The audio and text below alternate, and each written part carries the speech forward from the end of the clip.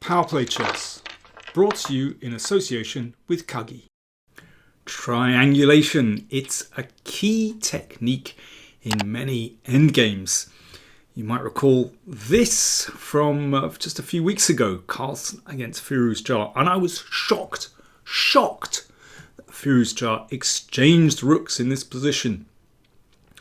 And we have a technically winning endgame on the board, and it involves triangulation. Just a quick reminder of this, and then I'm going to show you another endgame that features beautiful triangulation. So here, the idea is, if king f7, white wins like this, king has to go back, and king g6, and you pick up the h-pawn. So Firuzjar goes back, and if king f5, then king f7, and the white king is blocked out. And here is where white employs triangulation to win the game. So we're going to do this with the king roughly. So Carlsen played king f4. Now the king cannot step up because white wins with king f5. So it has to step to the side. So white's king steps to the side. Here Firuzjar resigned. Why? Because after king f8, king e5, so now it's black's move, not white. So if king f7, then we've seen this wins for white. And if king e8, king e6, and king e7, and the pawn goes home. So very simple little bit of triangulation to win from this position. Now, I'd like to show you a classic endgame. You might well have seen it before, but I was reminded of this. When the subject of triangulation crops up, then I always think of this endgame, an absolute classic. This game was played in Winterthur in Switzerland in 1931. Henneberger against Nimzowitsch. Big shout out to my former teammates at the chess club, Winterthur Chess Club. Always given a really warm welcome there. It's a wonderful place. Really enjoyed my years playing for Winterthur. Anyway, back to this game. So Nimzowitsch, playing black, has this dominant knight in the middle of the board, hitting these pawns, but they're protected by the bishop. At the moment, white is holding firm. How does black break through? Everything seems covered. You know, the king can't break through on the queen side. So perhaps you'd like to have a little think. How would you try and break through with black in this position? Not so simple. But if I give you the big clue of triangulation, then that might help you. This is really stunning. I mean, if I were looking at this, then the first thing I would think of is, how can I break through with the knight? And there's one clear way, and that's to maneuver the knight around here. So let's look at that first. So knight d6. The king can't move back because black's king will enter.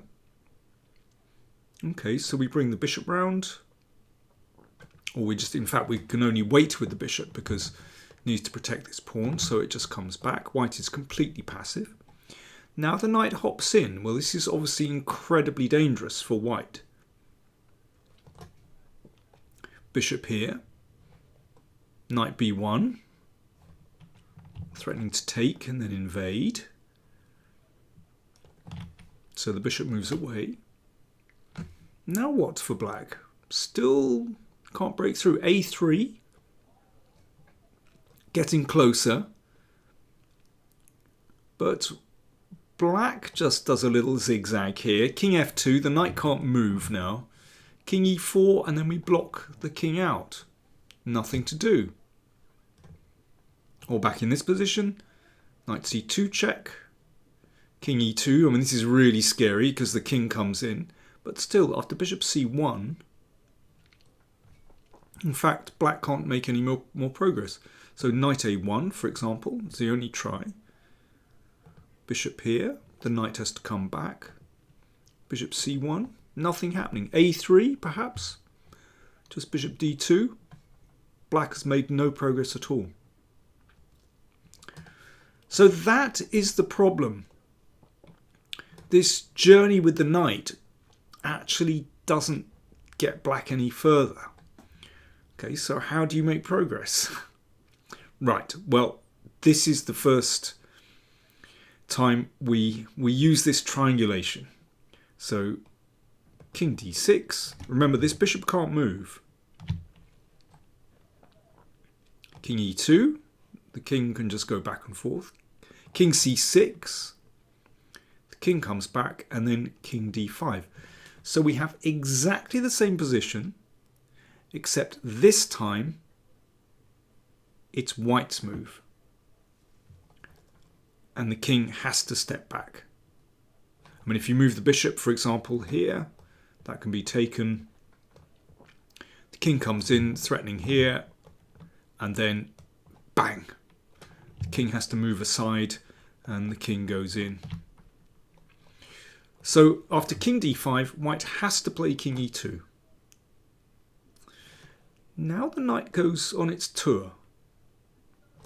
So the threat is to bring the king in. So white's king has to go back. Now the knight goes on its journey. White can only wait. Bishop d2. Knight a3.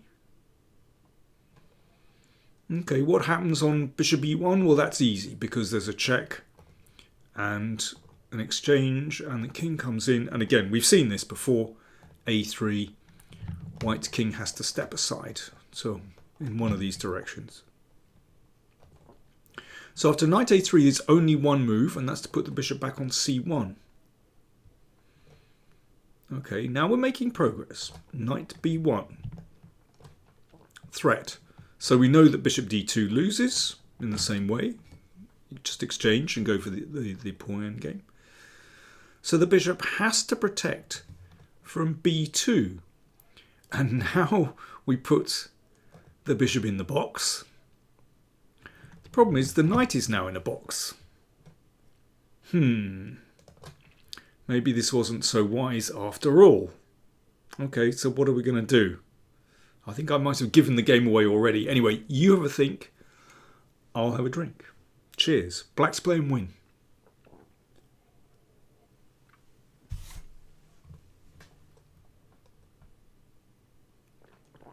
In fact, black can use triangulation again. And it's on exactly the same pattern as before. That's the incredible thing. So we're going to do this. And give white the move. So king d6. White only has one move, and that's to move the king back to e2 or f2. Doesn't matter which. King c6. If the king steps up, the king goes back. You can see what's happening now. King e4, the king enters. Okay, still not there. But we play a clever move. Knight d2. By the way, this didn't happen. I'll come on to the game continuation in a moment. Knight d2. And the king comes in. Threat, you take the pawn and the g-pawn goes through. White can give black a scare with this move. And then push the a-pawn, but this is in fact way too slow. g1 threatening check. And queen here, and you bring the queen back to take the pawn. Okay, let's come back here. So that was king e3. So king e3, king d5, and black can force the king in.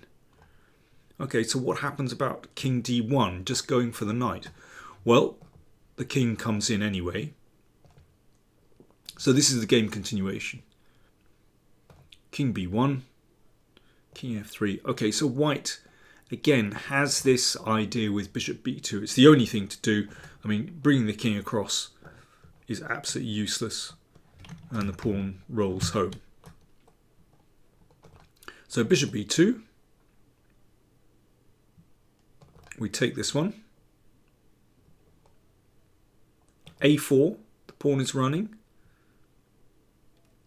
Well, of course, you would have to calculate this beforehand. You don't sort of win by chance. But in fact, black gets there. I mean, there's a little clue that basically there's going to be a check here. And what's beautiful about this is that when material is now level, both sides have a queen, but black can force a winning pawn endgame. Check.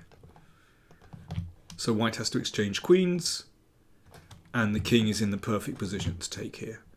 So king a3, take here, and king e3. And black wins this race very easily. So let's just go to the end of the game. And queen. Well, if the king were able to support the pawn on the 7th, then that would still be a draw. But the difference is after this, of course, the queen can get back, let's say check here, and then it's not a draw. And the king comes in and the pawn is taken.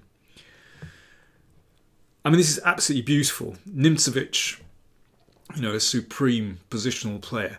But I love the fact that it's a double triangulation and on exactly the same circuit. So like this, and that forces the king back. And then later on, when we get to this position, and again, it's exactly the same pattern as before. And that will force the king back. Absolutely stunning. There you go. If you know of a triangulation or a double triangulation that's better than that, let me know. It would certainly be something else. I'm sure there are studies with probably triple triangulations, but that is pretty special.